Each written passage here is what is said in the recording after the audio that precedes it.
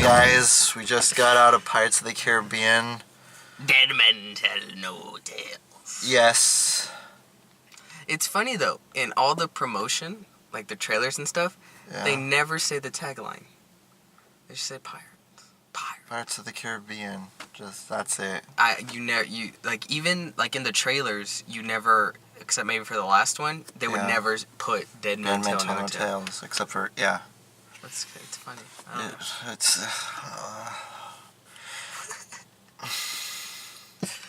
You go first. You're the pirates connoisseur. Aesthetically, it was. I guess it was nice. Ooh, you don't want to hear that right off.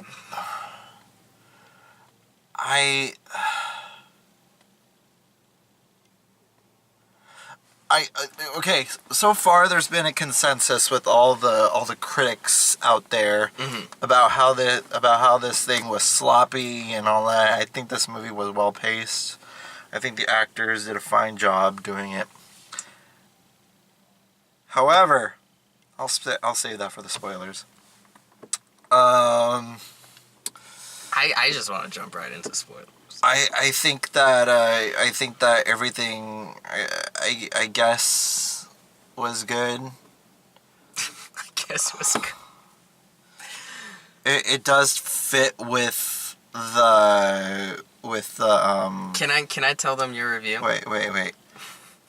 It definitely fits with the Gore Verbinski stuff.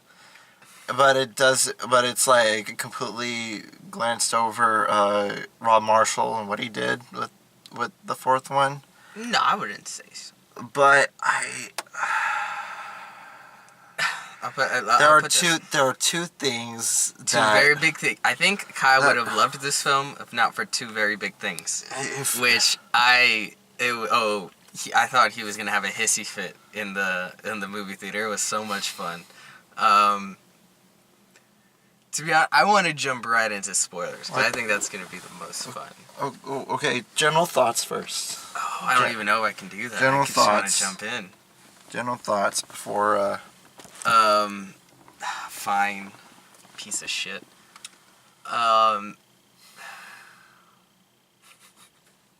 This wasn't good. It wasn't. Okay. I am massively disappointed. Massively. And I was a naysayer to the reviews. They dogged Dead Man's Chest, and I say that was really good. Mm-hmm. They dogged At World's End. That one kind of deserved. It's a little sloppy, but I still enjoy the hell out of it. I don't like the fourth. But there are some great sequences. That mermaid sequence. If you want to know what we think about the Pirates, all four of them, we have audio commentaries up on the channel. Yes. Yes. So, okay. This one, it did start off really well. And, see this one, I want to jump into spoilers. But, things started falling apart, and they never stopped falling apart, in my eyes. Okay. I don't know if I like this more than the fourth one. I think I was more entertained in this one, mainly because I liked the characters more. Like, the actress who plays the girl, the fake witch, I thought the actress was good. She was Kaya Scodelario, something like that. I don't know her name, but she was good. The one who played Will's son, I thought was really good as well. Brendan Thwaites. Yes. Jack is Jack. Barbosa, Gibbs, you got them all. So as far as I cared more about what was going on with the characters than did the fourth one. But I think as a cohesive package, even though I was bored with the fourth one, I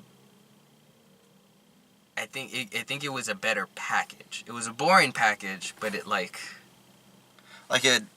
met the demands of A, B, and C. Yeah. And I kind of feel with this one, it like I said, it started off fairly strong, and I was like, okay, like, I'm back in Pirates, I'm loving this. And it started falling, and it was like a row of dominoes. It just kept going and going. I probably have to see it again. Okay. To tell whether... Audio commentary on Pirates of the Caribbean. 10 minutes. Tell no tell. Once it comes out on Blu-ray, we will probably do audio commentary. I'm not going to see it in the theaters again. Audio commentary, though. Especially so we could discuss it. Probably have Alexis there. Yeah. But yeah, I didn't like it. I got it. It really hurts saying that because I was really looking forward to this, and I was getting pissed at the reviewers that were dogging on this film. Like, I was genuinely getting mad. Like, I had a prepared rant to go off against reviewers and the way they like unfairly go after Pirates because I love the franchise. Yeah. But no, like, I can't. They were right. This time, yeah. So I can't do that because I don't like it. And to say why I didn't like it, like I said, spoilers, because most of it is story wise. Yeah. Okay, I'm gonna get into my little shtick. Okay. Is it spoilers? Yes. Okay, there we go. We're gonna go into the spoilers now. It's gonna go off, so it's gonna be fun. Oh shit! My Drop light. this phone. Oh, our light. Our studio light. Isn't that great? Liked it. Who am I? Alexis Moreno.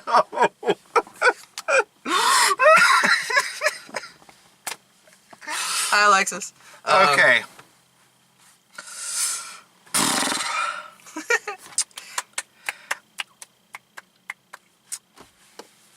Now I don't want Rey to be a Skywalker.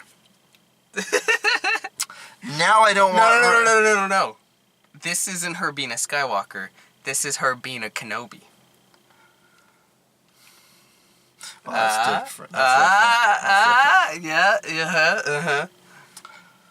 The girl is Barbossa's daughter. The love interest in this.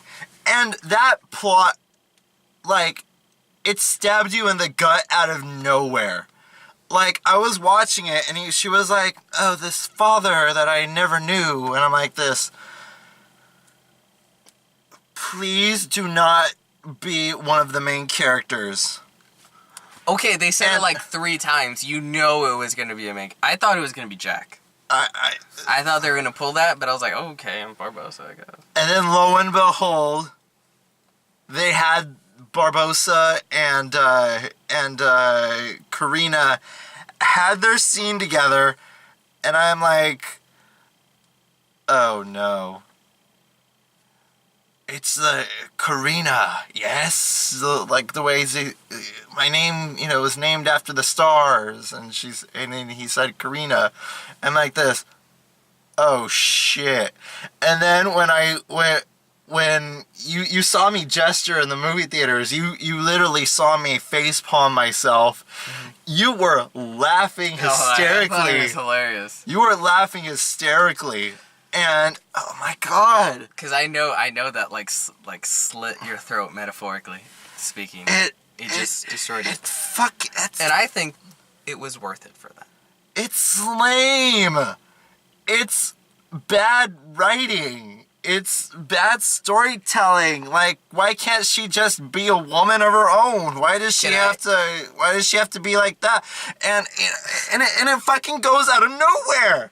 That's what pisses me off. It went out of nowhere.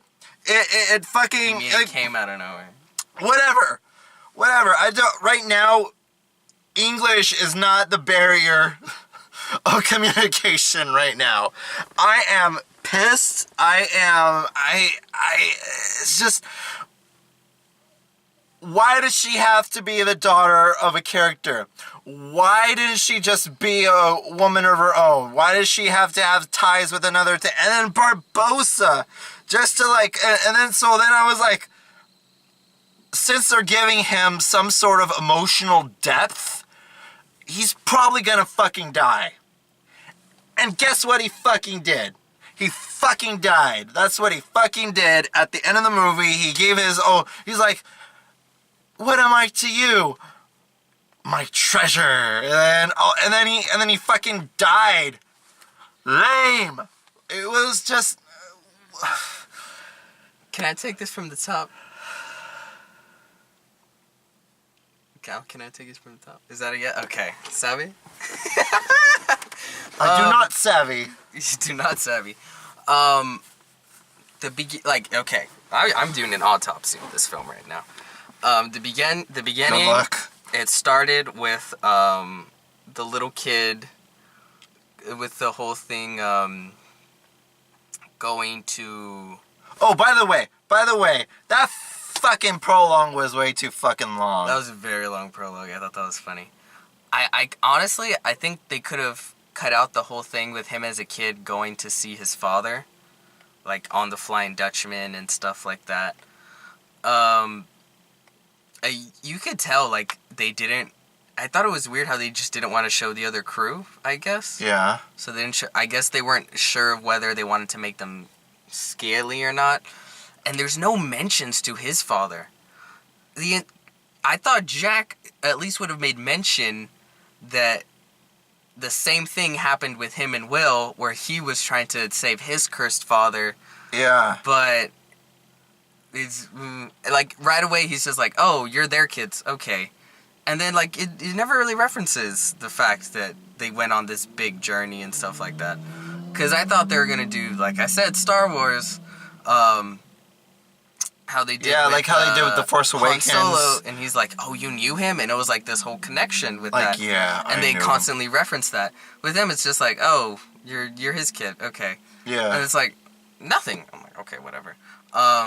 The beginning I thought, like I said, was strong. With the whole thing with like breaking out the vault. It's a little silly and over the top, but with Pirates, I can take that a little bit over the top. I don't know if it was me, but Jack sounds way drunker in this film. Yeah, he probably was. I know. I'm not. We won't get into it. We won't get into it. But at the time he was filming this, he was kind of going through some shit. Yeah. So I think the alcohol was real. The alcohol is real. Nice. No fake alcohol required. And thematic at the beginning I was like, that's kind of weird, but then thematically it kind of makes sense because they're trying to say, you know, he's past his prime and stuff like that. I was like, that's kind of cool. If they go with this and they go with that, and the way they set up Captain Salazar was cool. He was intimidating. His people looked cool. There was another thing that confused me because they have a beef with each other, Captain Salazar and Jack. Yeah. Well, more he has beef with Jack. The introduction to the compass. That is vastly inconsistent because it looked like the captain before Jack. It looked like he had the compass. And he's the one that handed the compass down to Jack, and he's like, "This will point you to what the thing you want most," like as if Jack never knew what it was. Excuse me, I'm gonna fact check you, bitch. Jack bartered that fucking compass from Tia Dalma. Remember in Dead Man's Chest? They said that. Yep. They said that. That compass I gave you. That compass you bartered from me. It won't lead you to that. Very inconsistent. Very inconsistent with the world. And that's really weird, especially because this film really made it seem like they wanted to get back into all that old stuff. And with the original films, especially the first three, to make such a glaring error is really surprising. But I think, did you like that sequence with young Jack and the Wicked Wench? That was nice. That was nice, but the compass thing pretty much threw out the whole entire backstory, out the window. Well, that's what happens when you get to like 5 films. And Star Wars does better. No, they don't. And yes, there are a bunch of technicalities, but they at least know what technicalities to call back to. Fucking, they pretty much threw that out the window. I would have enjoyed the Wicked Wench, the reveal, even better. Okay, for those who don't know, the Wicked Wench, that was the original name of the Black Pearl. Before Cutler Beckett sunk it to the ground, and then it was raised to the depths by Davy Jones, which I'll get to fucking later. That would have been a nice little thing, little notion, little bit. But however, because of that whole entire thing, that threw me off. I'm like this. This is a poorly fact-checked fan fiction that I'm watching. And that's the thing. It kind of felt like a fan film. You say it felt like Gore Verbinski. To me, it didn't. It didn't. The trailers did, but the film itself did not. It didn't have that high energy. It moves quickly, but it doesn't have that energy. It didn't have that lighthearted fun it did with the characters. Yeah. The jokes were very hit and miss. The only running gag that I really liked was the whole horology thing. Yeah. I thought that was funny. Like, so is my mother. Yeah. And then especially at the end, and I know you don't like the fact that that is his daughter, when he said, "Your daughter's a witch and a horologist." Like, you have to admit, just in that scenario, that's funny. I agree with you. The whole thing with them being his daughter, I'm actually not against her being his daughter. That could have been cool if the writing was there.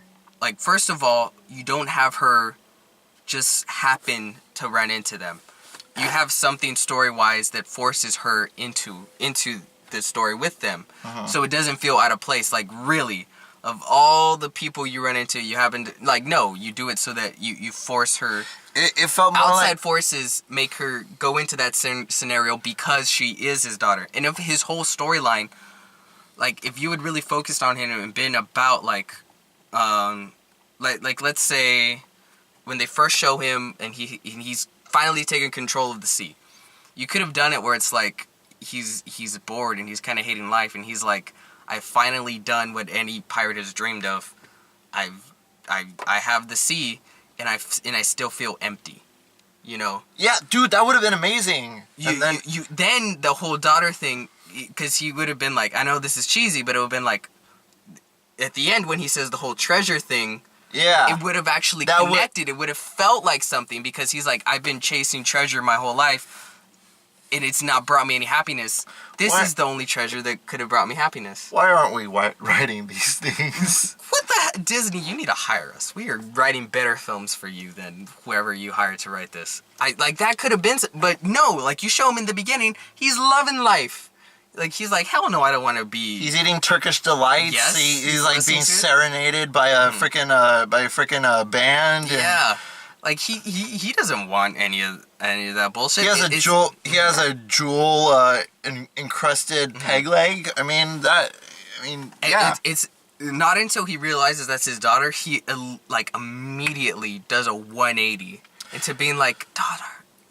That's why it felt like a stab in the gut. You know, it's completely completely out of nowhere. Yeah, unnecessary. It felt honestly like and to keep it in Disney and to keep it with, you know, the references that you love, Toy Story 2.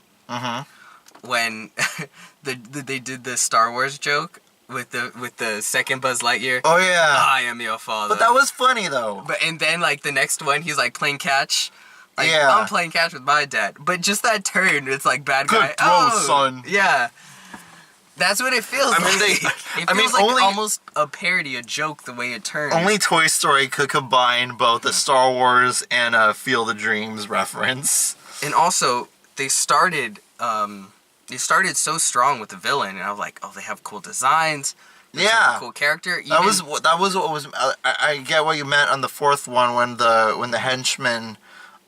Blackbeard's henchmen did not have any, you know, cool designs. Like they were. That was like some of them are missing half a face. Like I was like, oh, and like some of them were just like arms. I'm like, that's cool. Yeah. That's very pirates. They just kind of fall to the wayside. Yeah, they start off so strong and then become just weaker and weaker and very poor villains at the end. There is no final fight between like Jack and the Ghost crew or anything like that. I mean, this movie is so cataclysmic that the shark is jumping them. The shark did jump, yes.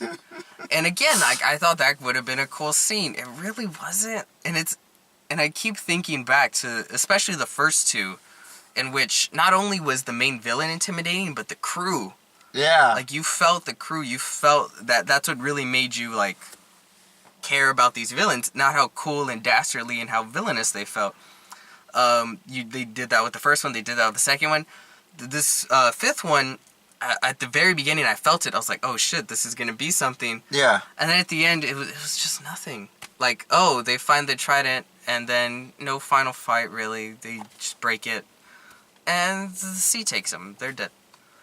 That's it. That's the end of Captain Salazar. I mean, speaking of the villain from part 2, that end credit sequence is... It's not an end credit sequence. It's more like it's the end of the film. End credit sequence is past everything. And if you want to get into that, I'm going to get into the end credit sequence. Because as typical pirate tradition, there's an end credit sequence. Apparently, Davy Jones is still alive. He's back. That's bullshit. That is... Oh, it's the Thing I know. That's exactly what it is. I know him, so I watched the movie. Watched the next 7.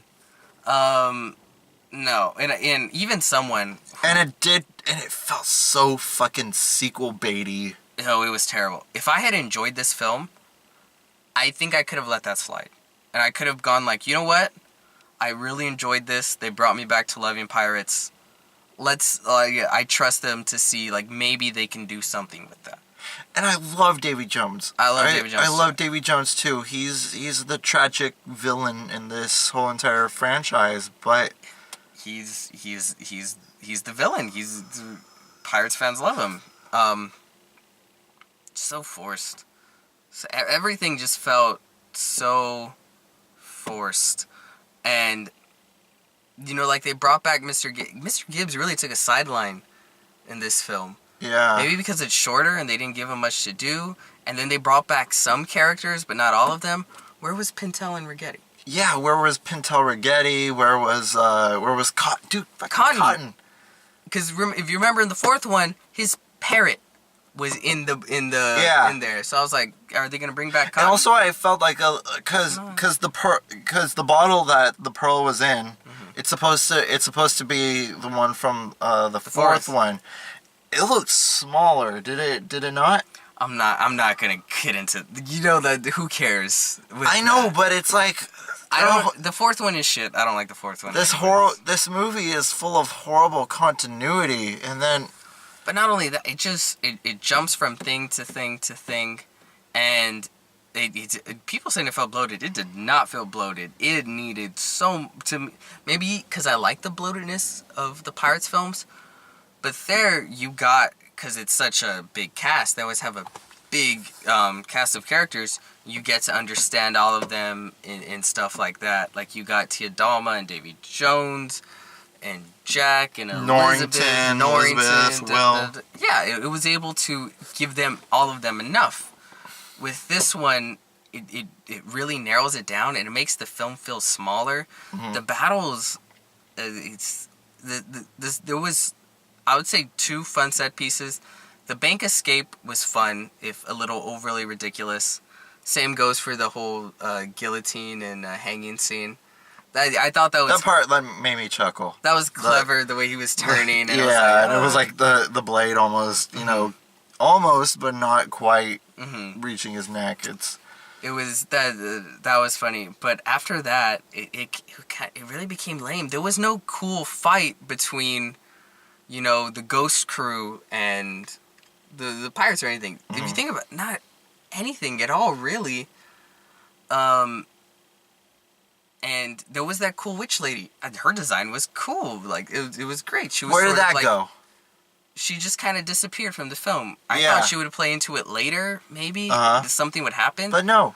No. Nothing. I think once it comes down to it, I think it's really the script. It was not good. It needed... They should have brought back...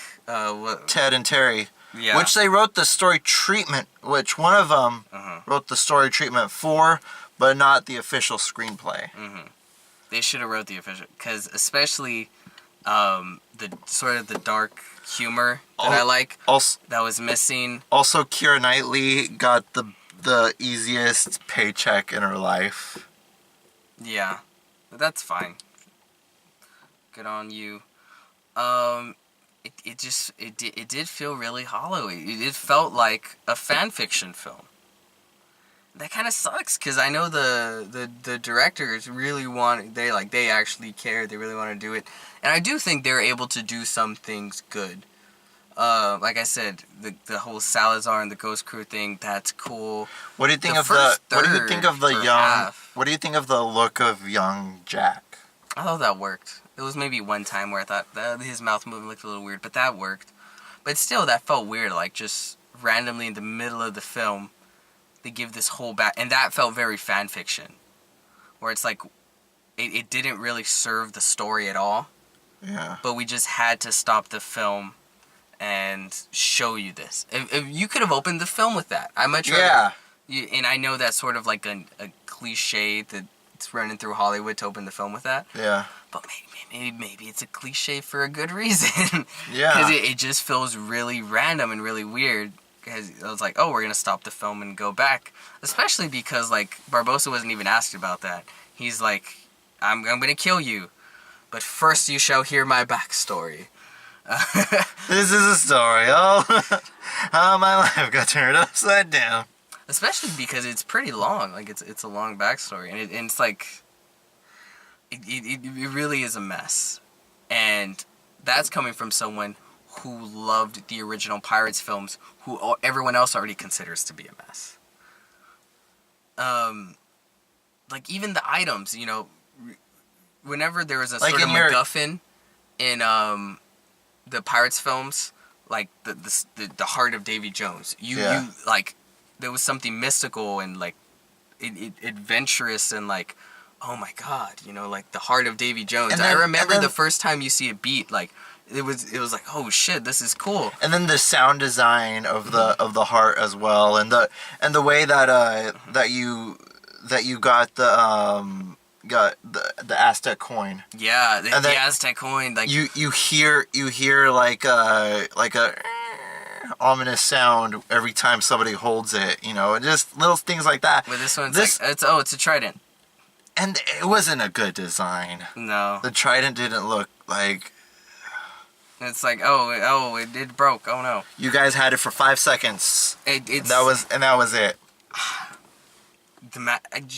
I'll just say, like, the magic wasn't there for anything. For the characters. And while I do think everyone did a good job, the set pieces, there was a couple that were okay, they were good, they were solid, I was enjoying it, but they didn't blow me away. I wasn't like, yes, I'm into this, I'm loving this.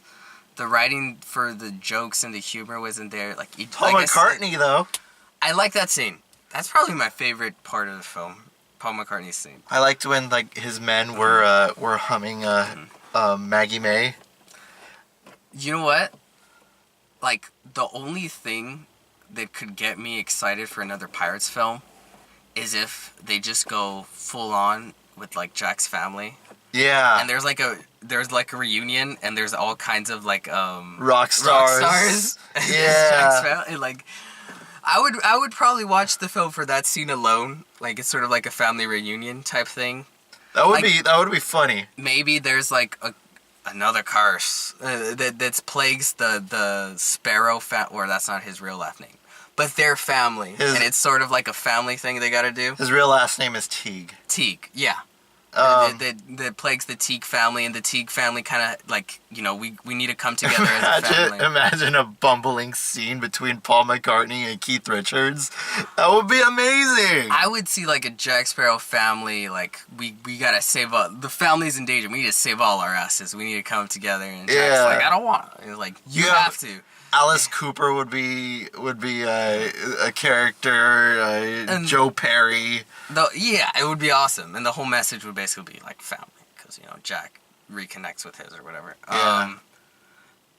I think something like that would be cool. Other than that, just stop. Just stop. Especially now that Barbossa is dead, and what a terrible death scene. I felt nothing. Yeah, like, dude, he was one of the best parts of the first one. The second one, great freaking cameo. He was Pirates along with Jack. Yeah. And to do him such a disservice like that. I was like, that's why I almost didn't believe he was actually dead, because I was like, that's it? I felt nothing. Like, yeah. I guess. I feel nothing. I feel cold. I feel... That was such a way better death scene. He should have stayed dead. He should stay dead. No, other than Disney,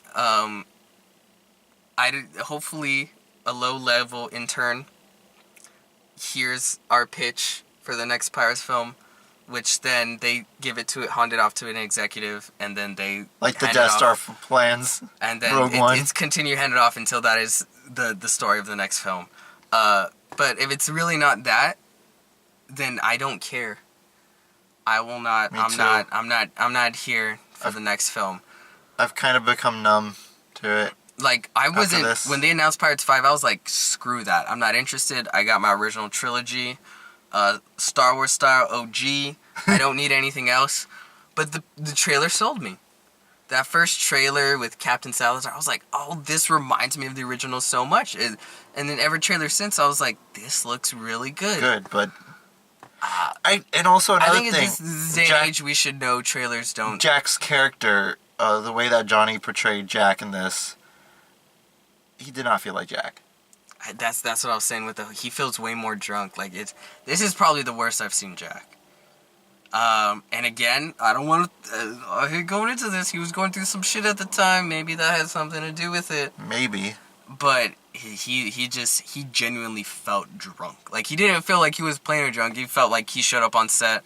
He's like, oh, I gotta play Jack Sparrow. And I read somewhere they paid him like $9 million to be in this movie. Is that it? $9 million? I don't know. I thought he would get more. Usually his going rate is like $5 million. Doesn't RDJ get like $50 million or some shit like that? I don't know. They had to take tax incentives because they were filming in Australia. There was a lot of tax incentives. We saw the whole what's it called? Credits. It was like 4 or 5 tax incentives. This is a massive disappointment. I got to be honest. I was looking forward to it. I am a huge Pirates fan.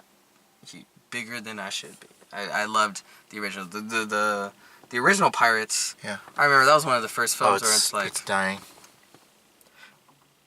That's another video. We'll get into that in the auto commentary. We gotta leave stuff for that. Ending thoughts? I bullshit. Watched the original 3. Yeah. Really disappointed. And, that's a sad thing for me to say, because I was really ready to defend this film, but sorry. Anyway, Red Spotters, I'm Kyle Lira. Check out our other Afterdarks. Check out our audio commentaries. Check out iTunes. Check out podcasts.com. Check out everything else. Just Google Red Spotlight Entertainment. You'll find all our material. Subscribe if you haven't subscribed. I'm Kyle Lira. They won't now that you said that word. Bye-bye.